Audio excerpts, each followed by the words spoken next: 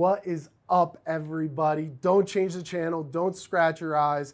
It's your boy Mike here today, kicking us off because what is Thursday without another episode of Talent Experience Live, brought to you by the fine folks right here at Phenom, where it's our purpose to help 1 billion people find the right work. And the way that we do that is through helping organizations apply AI and automation across the entire talent life cycle to help you hire faster, retain longer, and develop your people to their fullest potential. On today's episode of TXL, I get to sit down with Mr. Devin Foster, where he and I chop up the State of Hiring Automation 2026 benchmark report. We're going to get into all of the details, the things you can't miss, and what you need to know to start leading the pack in your industry and in your organization. I'm stoked on this one. Let's hop right in. Welcome back to the program, Mr. Mike DeMarco. How are you, man? Doing well, Dev. What's going on, man? Nothing's going on. You know, same old stuff. We're out here innovating, perpetrating. We're not perpetrating at all. I'm kidding. We're continuing to be on the cutting edge, as are you. Oh my gosh! With this new report that I kind of teased in the intro there. Yeah. What do you got going on? Tell us what this State of Hiring and Automation report. Did I say that correctly? You did. It's a State of Hiring Automation 2026 benchmark report. Yep. And man, this thing has been my Jonita for a while now, dude. It really has been. So let me take you back to the beginning. Yes. So in the fall of 2025, we set out to revamp our State of High Volume Hiring report that came out 2 years ago at this point. Yeah. And when we had initially launched it, things were a little bit different. AI was just starting to emerge. The ideas around generative AI, conversational AI, what can you do with intelligence was just starting to jump onto the scene.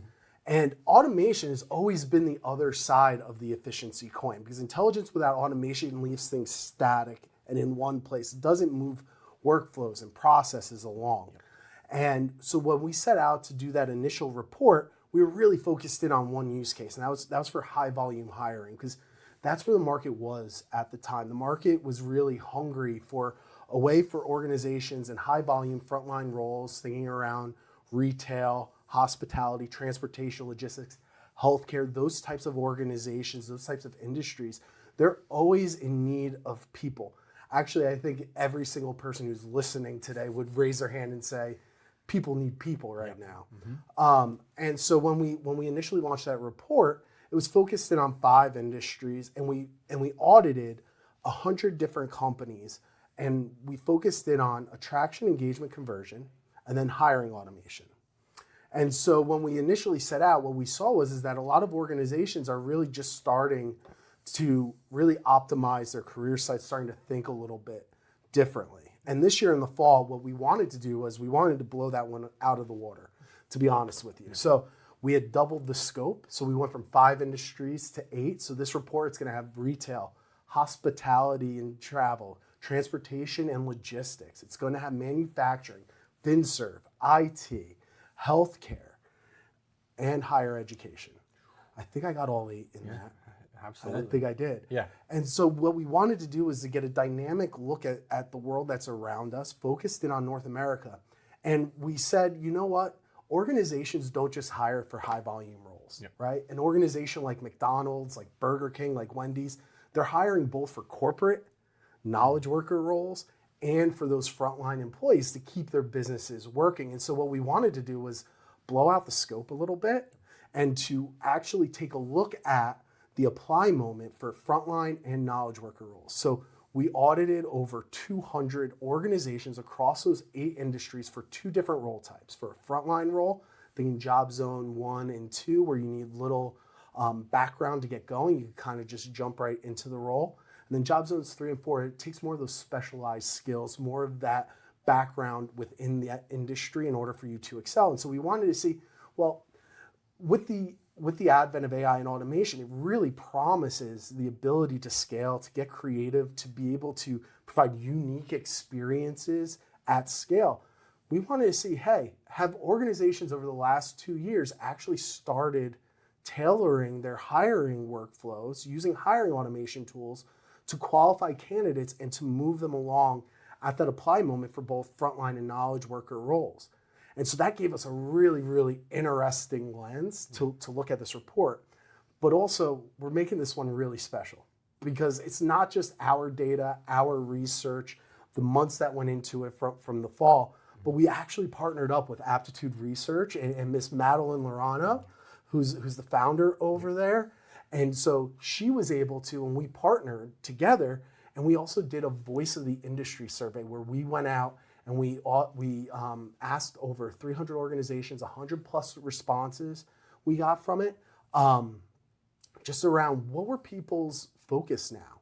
What are their challenges now? What are the things that they're looking to get out of the technology? And it was funny because the stories, they kind of aligned. And that's always the scary thing with data reports, is that you kind of go into this rabbit hole. You guys were making fun of me because I'm often huddled over my computer just staring at numbers. But when we found that organizations are starting to shift their gaze towards quality, that organizations are starting to shift their gaze towards, hey, I have enough people coming in my door now. How do I qualify them without burning out my recruiters? And so those are some of the topics that we really wanted to uncover, and I would love to really just get into it with you. Yeah, absolutely. Shout out Madeline Laurano as well. Huge fan. She's also a fan of our socials, so love that. Yeah. You mentioned a couple things there. One is looking at both the knowledge worker and the frontline worker role. And I think, I know Phenom's response to this, back in the day, and I'm dating myself here a little bit at Phenom, was kind of separate landing pages, separate experiences, right? Where you'd include pictures of more of a frontline role. I'm thinking of a particular grocery store that was once a customer, probably still is. And then the back office, right? What that looks like for accounting roles and things like that.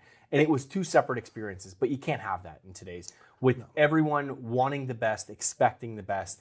If you make changes to one, it needs to be reflective in the other at the same period of time. Now, I want to ask you, doubling down, we're at 8 industries now, over 200 companies. How did the audit actually work? How are you scoring organizations? Did you manually go through and apply at all these jobs? What did that look like? I did roll up my sleeves and get my hands dirty quite a bit, but we actually have a fantastic team of auditors. Shout out to Samith and to Gautami, who really helped to make sure that machine was running for us. But what we looked at again this year, we looked at attraction, engagement, conversion. And the way that you could think about those scores and the way that breaks down is around, what are you doing to optimize your career site to make it easy for somebody to find your job? How are you engaging the candidate once they landed on your site? Are you personalizing? Are you trying to figure out their interests to match jobs to them? Do you have an engaging chatbot on your site? Dude, you would not believe how many websites that we went to that still do not have a chatbot on it. And it feels like that is table stakes everywhere you go. And then we also looked at that conversion moment. What are you doing to get somebody to click apply? And then for hiring automation, we really blew out the criteria this year because I had this thesis in my head, which was around that inline experience. What happens at the moment that a candidate clicks apply?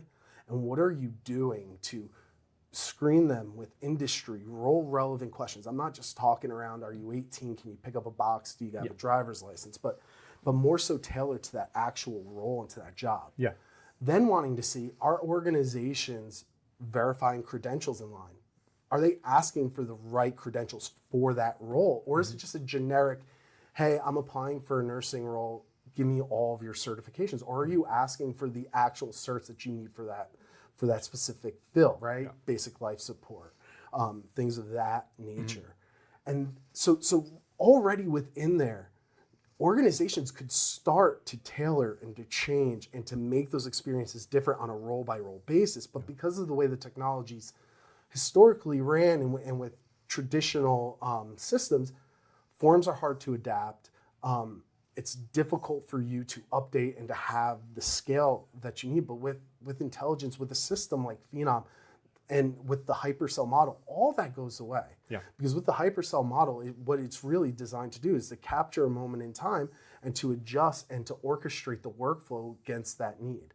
So say if I'm opening up a new store, a new retail location in Sheboygan, it will understand the population density. It will understand the different challenges that I would have as far as finding my perfect skill-based workers for that role.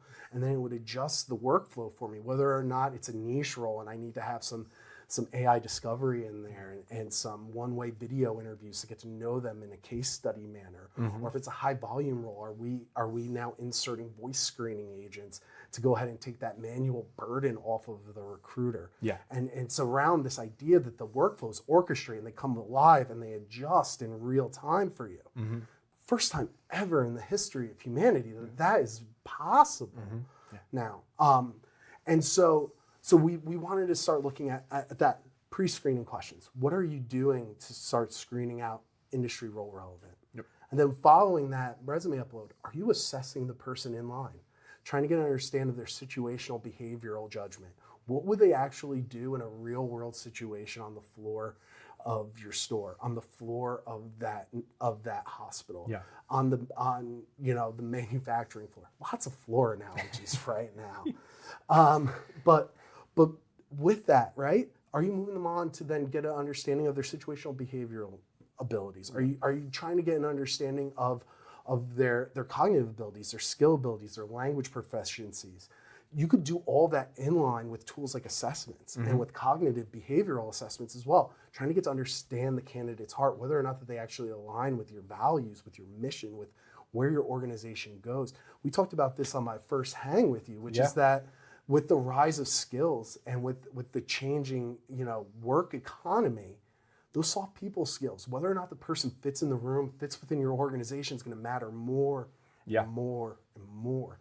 And so then our organization's using assessments, right? And then following that assessment, are they then connecting them to either a one-way video interview to do a use case to try to understand their technical abilities a little bit deeper? Are they even inviting them right away into an automated interview scheduling? We wanted to focus in on how far can a candidate go in that apply moment. We're not talking about bumpy emails of saying, hey, we liked you, come schedule an interview, because that creates broken momentum. And at that moment of that apply click, that's when you have the candidate's peak attention. Because, dude, when I was looking for jobs, when I look for work, man, I'm not putting in one application a day and saying, man, I really... come on now. Here we go. No, you throw out at least 10 to 15 shots, and the person that'll move you along the quickest starts to show you that they actually value you. Our friends at Alara Caring, right? They spoke at Phenom, and they talked about the quantitative results about giving their candidates agency with a voice screening agent, giving them the flexibility, the convenience to be able to take control of their career and to get real feedback in real time. And what they found was that provided a higher quality worker on the back end. It's not a surprise to me that that's how that works out. Because you get that immediate feedback. I start to see that you're serious about me, and you see that I'm serious about you. And through that process, right, you hope that there would be natural attrition. People would naturally fall off as they go through the assessment. Man, this gig is not what I thought it was going to be, because that's also a part of the process, right? Our friends at Southwest Airlines gave a great session at Phenom, just all around how now they're using X Plus screening to start screening out candidates in a multimodal way. Because what they found is that, and this is true across the board, the career sites work. You're getting them to the right job. It's no longer a volume play of needing to get people in. Now it's around a quality play and making sure that you have that person. And so what we really wanted to see is what are organizations doing today, right now, to move candidates along without putting more burden back onto the recruiter. Because again, at each of those fragmented steps, the recruiter still needs to go back and review that resume. They still need to go verify those screening questions. They need to make sure that it aligns with the job description, with the hiring manager's requirements. And it becomes a stale, static process. And so it was really, really fascinating going through this. And what was interesting about this was talking about how this connected in with Aptitude Research. So one of the questions that Madeline had asked the audience was, out of your concerns today, like, what is your focus? Are you more concerned about mastering AI or automation? Yeah. And for the first time, automation got the kick. It got the kicker. It's beating out AI by 5 points. Really? And I think it's because we bought into the dream of what intelligence can do.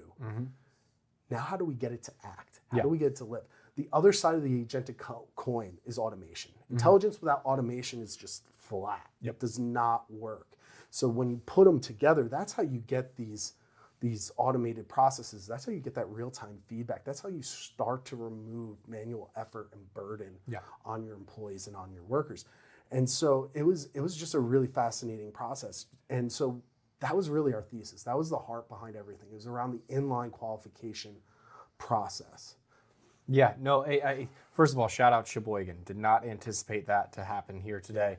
But you raise a bunch of super valid points, and it reminds me of my professional career in the past, right? I was in the staffing industry, and a lot of the reason why that is successful is because it is people who are dedicated not to doing kind of the nitty-gritty back-end onboarding work or anything like that. Right. It is getting people, keeping them warm, making sure they meet specific qualifications. And it's an expensive service, like whether you like it or not.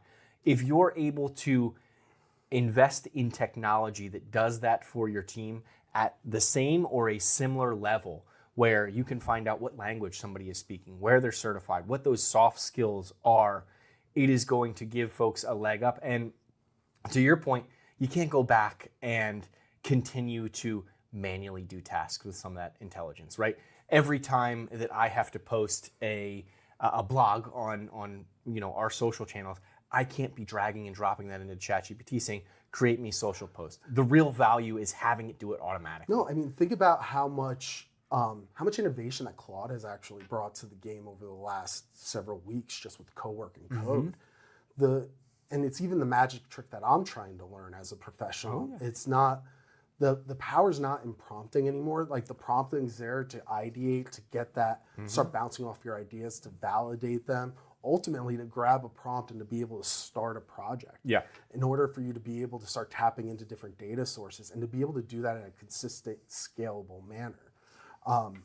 And the data backs that up, just with the gaze starting to shift a little bit closer towards, okay, automation, how do we do that? And then how can we take advantage of automation to help us qualify candidates in real time? So for our folks out there who are listening, I really hope that passed through. And there was just a massive bang outside. There was a large bang. Bang. I hope everyone is okay out there. But and you could see the troops walking back. I think they're going to be all right. But I think so too. Can't make this stuff up, folks. Manual labor is still going to be needed. Do not cut that out. Even with automation. We talked about a couple of things there, Mike. One of which was you're looking at the apply process. I think that makes sense because candidates, if they are in need of work, they are going to be firing off multiple applications across things. You then mentioned that career sites are working, right? People are applying, but it's getting through this backlog of candidates. It is seeing what a candidate offers more so than the resume that they bring in, right? Because people are worth more than a piece of paper. I think that's not a controversial topic to say. No, it's not at all. And I think it's even just true of even true of dating, right? Yeah. You on a first date, you'd be hard pressed to really get to know somebody. Could have a bad time. I'm a sweaty guy. Yeah. I might have just shown up, after peeling an orange or something. Hey, you could have gotten on the wrong train and then had to, it's a true story. I got on the wrong train tomorrow. I was very sweaty when I got to work. But there are lots of these factors that come into play. Right. You continue. No. So I mean, a piece of paper doesn't give you that ability, but these tools are meant to be layered on. And also they don't add a lot of bloat to your hiring process. Because one, assessments, they're engaging, they're collaborative, and they're dynamic, right? It feels as if you're taking a personality test in a lot of different ways. Yeah. And you get a sense of the job. And then being able then to get your credentials verified in line, you're removing all of that friction and that back and forth all all in real time. And it was really, really fascinating. You were talking about the career sites working, and like they're working really, really well. And so when we started looking at the data, and so initially what we did was we combined the scores of attraction, engagement, conversion, AEC, as we like to call it around here, and around hiring automation or HA. And when we combined the scores across all industries, dude, everybody was sitting in the middle of the pack. Everybody was sitting right there in the middle. And I was like, oh my gosh, I just constructed the most boring report ever. Like, oh, congratulations. Everyone's We're all all at the same we're all playing right here. Yep. And then I was like, let's slice this differently. Yep. Let's look at that attraction, engagement, conversion piece. How have you optimized your career site, made them mobile friendly? How are you getting the candidate to the right job? There's automation, there's intelligence all built into that. Yep. What we saw is when we isolated that score, the majority of folks, they were either middle leading or leading the pack across all industries. Yep. We then segmented that out for hiring automation. Yep. Total completely different story. Everybody was all the way far to the left, just getting started. And while we're all still at that one place of getting started, I think that gives us opportunity to start changing our gaze somewhere. I was talking with Madeline about this at our I Am Phenom session. And you know, the industry, the idea of a talent marketer, the idea of employer branding, those are still pretty new ideas, considering like back to like say 2015, 2016, right? Absolutely. It's a decade now. But like it takes time to even just get the momentum around that. And HR has done a fantastic job. Your gaze needed to be there first. If people aren't coming in your door, then how are you going to qualify them? That's working effectively. Now I just encourage the world out there just to start changing your gaze a little bit to that apply click moment. And what can you do with intelligence to help verify and to tailor and to create experiences that are role aligned, that are industry specific, that actually get to know the candidate in real time while reducing friction on your hiring managers and on your recruiters. Because that was the wildest thing that I saw, which was really like when it broke down. And when we then split between, and I hope I'm not giving too much away. Like I want people to download the report. People are going to download the report. Yeah, We're not going to get into like, you haven't mentioned a single statistic yet, Mike. So people want to see the numbers. Well, here we go. Here we go. Because what we saw was is that when we actually broke down the scores, the differences being applied between knowledge and frontline. How different do you think that it was? I would imagine that vastly different. I would imagine that most of this technology and most of what people are focusing on is knowledge workers when it comes to the experience. Am I completely off there? Really? Yeah. No, you are completely off. That's why you're here, to educate me. This is why. Because so like what we found is that actually it was flat. It was only a 3% difference between knowledge and frontline roles. So what that told me is that we're dialing it in for one role. And we're applying it across the board. So that means that your entry-level worker is getting the same experience as your knowledge worker, as your next CFO potentially. I know that's executive recruiting. That's a little bit different. But you get what I'm saying. And so, and like, I can't say this enough. These tools are meant to scale and to expand. And so now's the time to start thinking creatively, because with an orchestration engine, with a unified platform that Phenom has to offer, workflows can adapt. Hypercells can live. And so because of that, now you can start getting creative and not being just so static, because you have to find a way to qualify people in real time. And so a 3% difference, and knowledge has the edge right now, which makes sense, because when we started this, I said, what's different about the report from last year to this year? Well, we expanded it because as use cases expanded, it's not just high volume hiring, it's around hiring automation and how you're using it for niche roles, for moderate roles, for fast tracking into new geographies, how you're bringing in that next, title specialist who knows how to underwriting law, right? Like who has those skills, it's a very niche, small market. So you might need to be using tools like AI discovery. Yep. You might need to be on LinkedIn Connect integration, directly getting in front of them, right? You might need to be using tools like FitScore for you to be able to dial in whether or not who's the actual best based on the skills that are needed, their location to your organization, and their title and their experience and all of that stuff. And then you might want to then move them along to a voice screening right away so that you don't lose that momentum. You could orchestrate all of this now because automations are no longer static. With an orchestration engine, within a hypercell model, they adapt, they change. It's a living organism, just like how your organization is.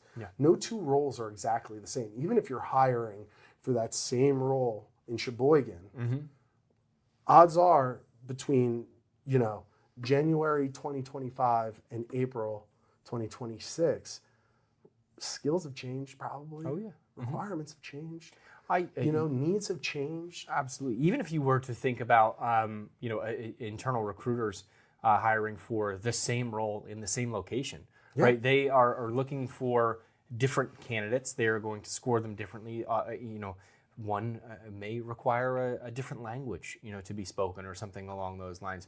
I look at the product marketing team. You guys have different intricacies, different product lines that you're overlooking. If you're hiring for a customer service person, that could potentially be on the technical side. It could be on a specific product side, right? Marketers all across the board. The title is the same, but the job requirements and the candidates that you're meeting could be vastly different. And, I love that marketing analogy that you just brought up, because marketing is just it's a very dynamic profession.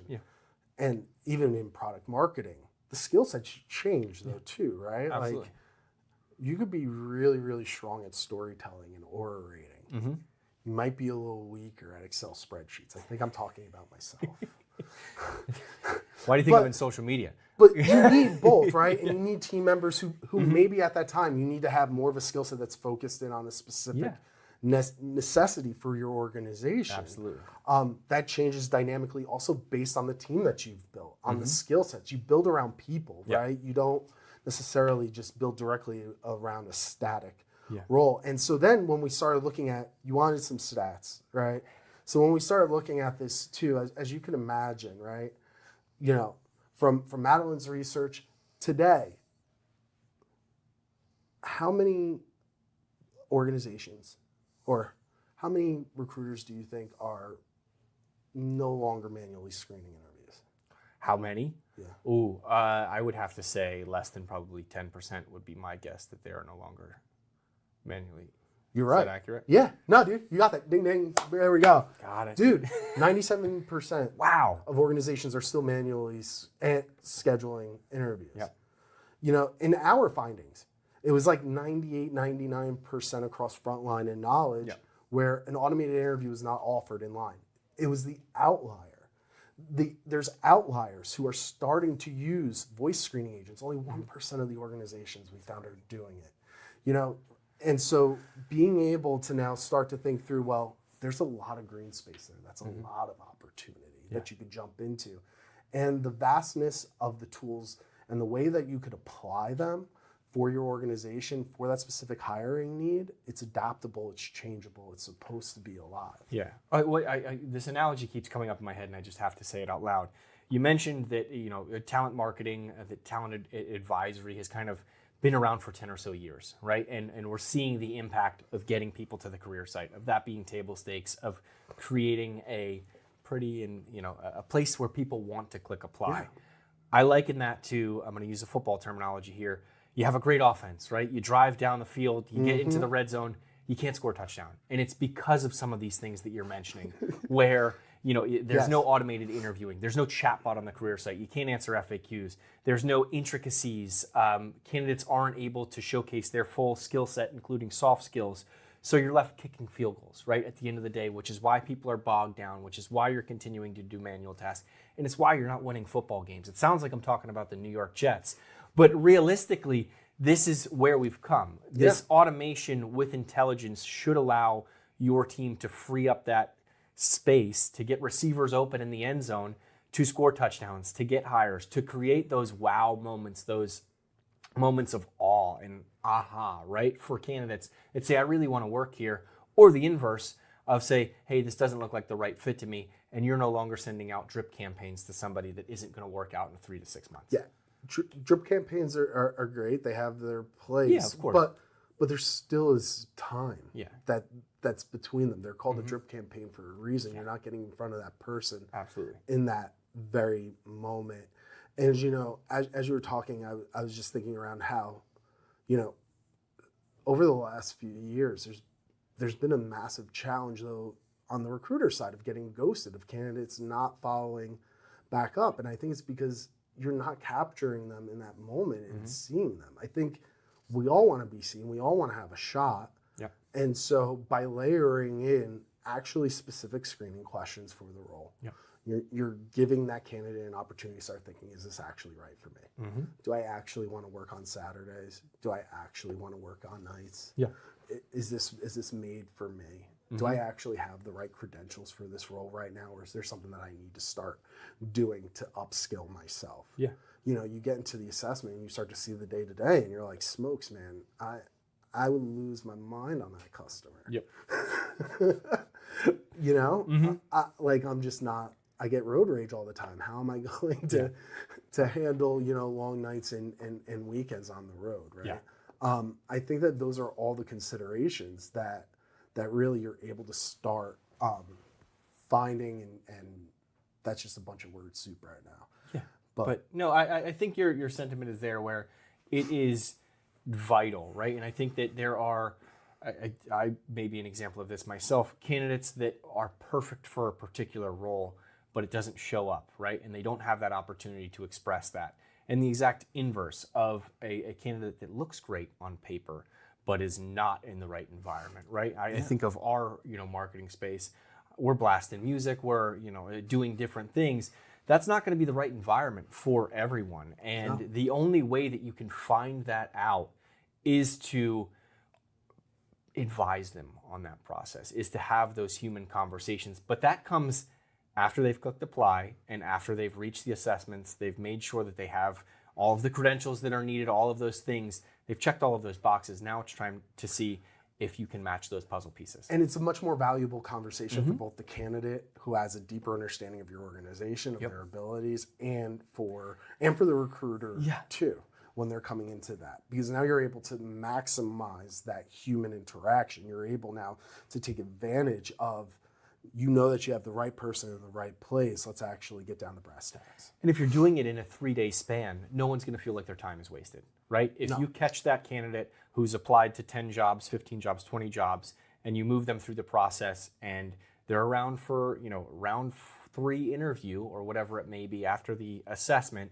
on Wednesday when they applied Sunday night because they didn't want to go to work on Monday, they're not going to feel like their time was wasted because it was so short and now you've moved on, which I think brings me to one of the other questions I want to get into. Yeah. How does the report dive into quality of hire versus speed to hire? Because a lot of what we're talking about is speed and that, but I think what we're alluding to is getting that quality of hire by having those real conversations. Really, and that's really what I really hope that's been clear in this conversation, which is, and that was another massive finding from some of the Aptitude Research findings, is that now across speed, quality, and cost, quality of hire is leading the pack.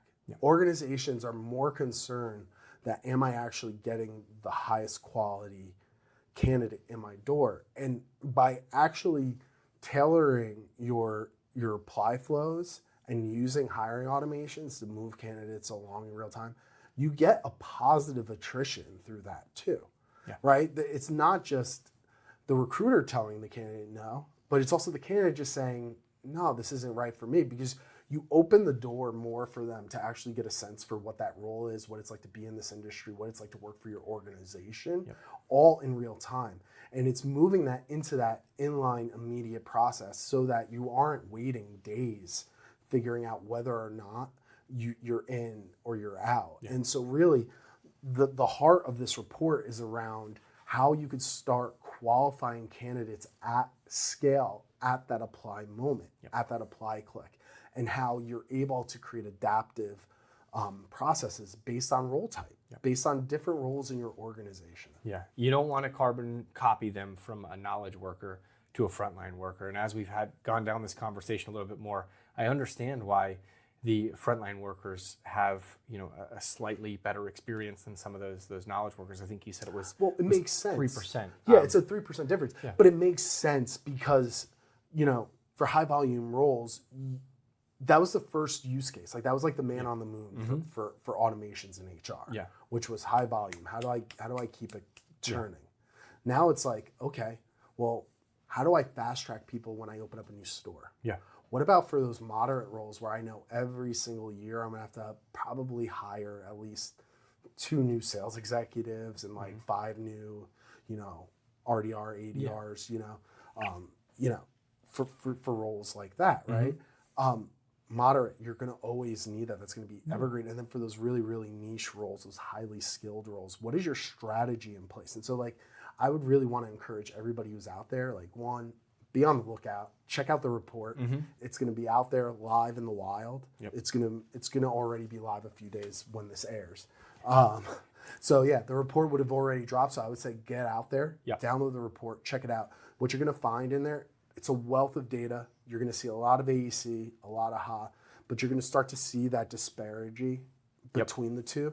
You're going to be able to see what leaders are doing different. And I would say like the majority of what the leaders have done differently is that they've taken full advantage of the opportunity for attraction, engagement, conversion, that they've dialed in the engagement piece of it in order to get candidates there into the right spot. The ones that are really making waves and that are really leading the pack, they're already starting to do those industry role specific screening questions. They're already starting to ask for credentials. They're already starting to layer in assessments. And even some of them are even just starting to take steps with automating interviews right from that initial first pass. Yeah. And so get inspired. Start thinking about your organization. Where are your bottlenecks? Where are the things that you need efficiencies? How can you maximize the team that you currently have? Automation is allowing you to have that agency, but also to extend the capacity. Agents don't get tired. Yeah. We all do. And that's fair. We're human. Yep. But you can let that agent work for you. You can let that automation work for you so that when the candidate is ready, you're ready. Yeah. And I think that that's really what I want people to see here is that with hiring automation, you can be ready all the time for that next perfect candidate and you will not miss out on making them feel valued, making them feel as if that their time is being utilized and that it's not just getting chucked up into a black hole. Yeah. I mean, flat form fills are just painful. They are. They are. The other thing I want to stress, Mike, is whether your industry is in a talent shortage right now or not, it's going to be, right? And you mentioned some of these organizations that are on the cutting edge. Whether they're in your industry or not, they are going to be competing for your talent because of what augmented reality, because of what AI is doing really to the global economy and to the world as a whole. Skills are always going to be dependent, but you alluded to it earlier. Soft skills are taking a much higher precedence. People are learning technical skills very easily. They're able to leverage artificial intelligence to code, to do all sorts of these technical things. Dude, I'm coding now. Yeah. I don't know what I'm doing. Claude does. But I'm learning new skills. Yes, 100%. And I'm starting to develop a framework for how does it work. Yeah. Am I as good as the engineers on the next floor above us? No. Probably not, no. But no, definitely not. But you have the building blocks to create, to set up these things. And I think that the overall talent pool is going to become far more competitive because of that. Because people are going to be able to take some of those transferable skills of you being able to code right now and apply it across different industries for different organizations. Yeah. This is exciting stuff. Report is out now. Feel free to download it. Mike, anything coming up, webinar, anything like that? Yeah, do not miss out. So 2 things if you're out there right now. 1, download the report, check out your industry, dive in, see what the leaders are doing a little bit differently, how you could get inspired. And then the second thing is be on the lookout. May 20th, Madeline and I, we're going to get it on a webinar together. We're going to break down the report. We're going to dive in deep. We're going to be sharing some more of the results that I shared with you here today. We'll get into it a little bit more. So please register May 20th at 11 a.m. You're not going to want to miss it. We're going to get into the nitty gritty of what Soha has to offer. Nice. I love it. It's a nice Soha plug. And this is your Johnita. This is my Johnita. I know. This is perfect. Little Shout out to Johnita. Sheboygan. Yeah. Thank you so much, Mike. I appreciate it. We'll have you on real soon. Yeah, without doubt. All right. There you have it, everybody. Thank you so much, Devin, for that great conversation around this Johnita that has become the State of Hiring Automation 2026 Benchmarks Report. It was such a killer conversation. If you want to get more, be sure to sign up right now to join Madeline Laurano and myself on May 20th at 11 a.m., where we're going to get into all the details of the report with a ton of practical information about how you can start making an impact in your organization. Can't wait to see you guys next time. Thank you so much for tuning in, and we'll see you next Thursday.